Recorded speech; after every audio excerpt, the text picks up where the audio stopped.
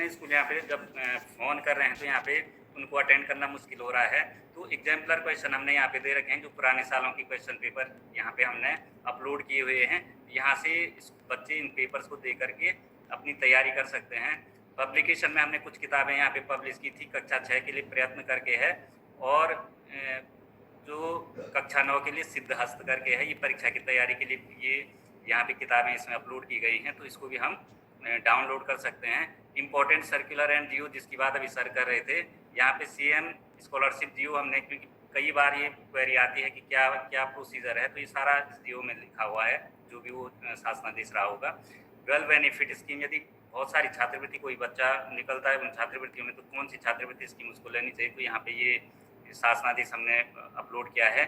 यहाँ पे एप्लीकेशन का फॉर्मेट, जो बच्चे ने जो एप्लीकेशन भरनी है, स्कूल इसको डाउनलोड करेंगे, बच्चा इसको भर के स्कूल में जमा करेगा और फिर स्कूल इस एप्लीकेशन को ऑनलाइन सबमिट कर देगा।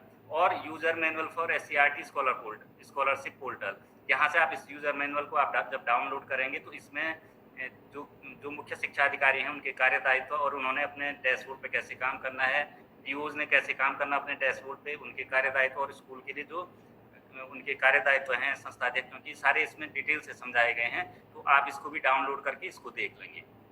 यहाँ पे अभी हमें करना क्या है, यहाँ पे सीओ के लिए कोई भी बड़ा हमने काम यहाँ पे नहीं रखा, केवल मॉनिटरिंग का रखा है। तो उनको डैशबोर्ड कैसा दिखेगा, मैं अभी आपको इसको दिखाता हूँ। जैसे आप यहाँ पे देख रहे हैं, मैंने ये एससीईआरटी का डैशबोर्ड खोला है अभी। तो एससीईआरटी का डैशबोर्ड जब हम देखते हैं तो इस डैशबोर्ड में सबसे पहले डिस्ट्रिक्ट का नाम आ रहा है, स्टूडेंट इन क्लास 6 में कितने स्टूडेंट वहाँ पे रजिस्टर्ड हैं, कितने बच्चों ने स्कॉलरशिप के लिए आवेदन किया है, 9th में कितने रजिस्टर्ड हैं, 9th में कितने ने स्कॉलरशिप के लिए आवेदन किया है, और टोटल रजिस्ट्रेशन कितना है। अब क्लास 6 है, स्टूडेंट अभी यहाँ पे सारे शो नहीं हो रहे हैं, क्योंकि जैसे जैसे विद्यालय यहाँ पे अपना रजिस्ट्रेशन करेंगे तो इसमें संख्या आती जाएगी, जैसे विद्यालय रजिस्ट्रेशन करेंगे। तो ये अल्मोड़ा का है, ऐसे ही आप देख रहे होंगे बागेश्वर है, सारे डिस्ट्रिक्ट की यहाँ पे डिटेल हमें शो हो रही है। लेकिन ये हमारा डैशबोर्ड है। अब हम किसी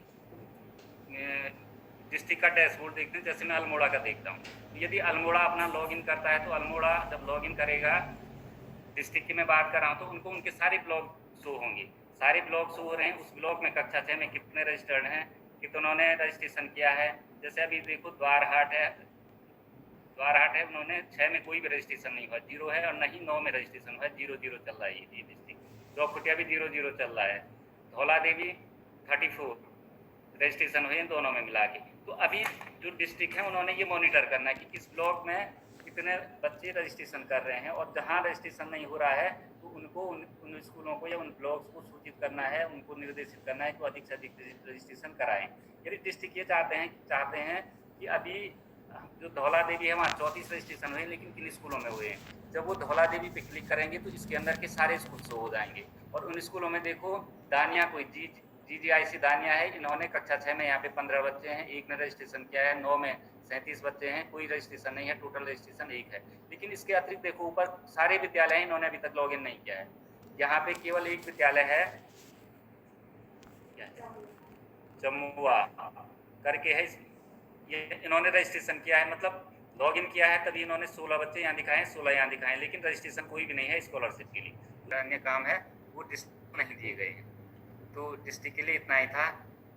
अब हम ब्लॉक का देखते हैं, महत्वपूर्ण कार्य हैं, और क्योंकि सारी जो केंद्र का निर्धारण होता है, केंद्रों को स्कूल आवंटित होते हैं वो ब्लॉक के माध्यम से होते हैं। तो ब्लॉक का डैशबोर्ड हमें कैसे दिखेगा, तो ब्लॉक का यदि हम डैशबोर्ड देखते हैं, तो जैसे हम यहाँ पे देहरादून का डैशबोर्ड देखते हैं, तो देहरादून में जब कोई ब्लॉक अपना डैशबोर्ड को देखेगा, जैसे चक्राता अपना डैशबोर्ड खोलता है, मैं बीओ चक्राता की बात कर रहा हूँ, तो वहाँ पे उनको सारे स्कूल दिखेंगे, उनके सारे स्कूल दिखेंगे। इससे पहले एक चीज़ और जो सबसे महत्वपूर्ण यहाँ पे है, इस डैशबोर्ड को देखने से पहले जब आप देखेंगे कि आपके डैशबोर्ड में आपको सारे जो स्कूल दिखेंगे उनकी लिस्ट एडमिनिस्ट्रेशन टैब है, ये तो एससीईआरटी का है, लेकिन उनके एडमिनिस्ट्रेशन टैब के अंतर्गत एक स्कूल लिस्ट होगी, इस ब्लॉक के सारे स्कूल दिखाए गए होंगे। अब उन स्कूलों को आपने चेक करना है, चेक ये करना है उनको कि क्या आपके ब्लॉक के सारे स्कूल उसमें रजिस्टर्ड हैं या नहीं है। यदि सारे स्कूल रजिस्टर्ड नहीं है, उसमें कौन कौन से स्कूल रजिस्टर्ड होंगे, सरकारी सहायता प्राप्त और लोकल बॉडी के स्कूल वो रजिस्टर्ड होंगे। यहाँ पे केवल जो स्कूल एलिजिबल हैं वो केवल सरकार चेक कर लें। अभी एक प्रॉब्लम क्या आई थी कि क्योंकि जो इसमें जो भी डेटा है, एक चीज़ ये भी ध्यान दें, जो स्कूल का नाम यहाँ पे है, स्कूल का जो डेटा है वो सारा यूडाइस से लिया गया है। यूडाइस पे स्कूल का जो नाम होगा वही नाम इसमें आएगा। दूसरी चीज़ क्या है कि यूडाइस में जिस स्कूल को जो ब्लॉक दिया गया है वही है इसमें। तो अभी एक प्रॉब्लम आई थी बीरोंखाल में 2 स्कूल ऐसे आए हैं जो थलीसैंड ब्लॉक के थे और वो बीरोंखाल में ऐड यूडाइस कोड में भी। हाँ, अब टोई वाला में देखो आप, सारे ये जो स्कूल हैं कहीं से भी कोई अभी तक लॉगिन ही नहीं हुआ है इनका, किसी का लॉगिन नहीं हुआ है। केवल यहाँ पे मुझे लग रहा है कि 8 बच्चों का रजिस्ट्रेशन हुआ है, वो कोई एक आध विद्यालय कोई होगा।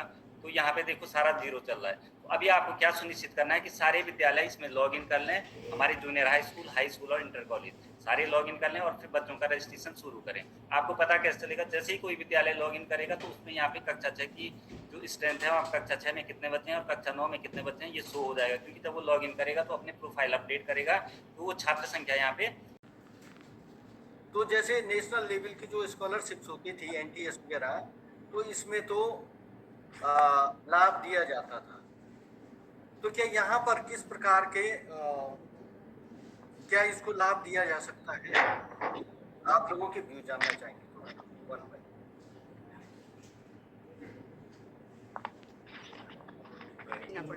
तो लास्ट में ये समस्या भी आ सकती है नेपाली मूल के बच्चों के साथ। ये जब आपने पैसा वापस करा तो इस पर आपने माध्यमिक निदेशालय से कुछ क्वेरी करी? बड़े वाले पेज की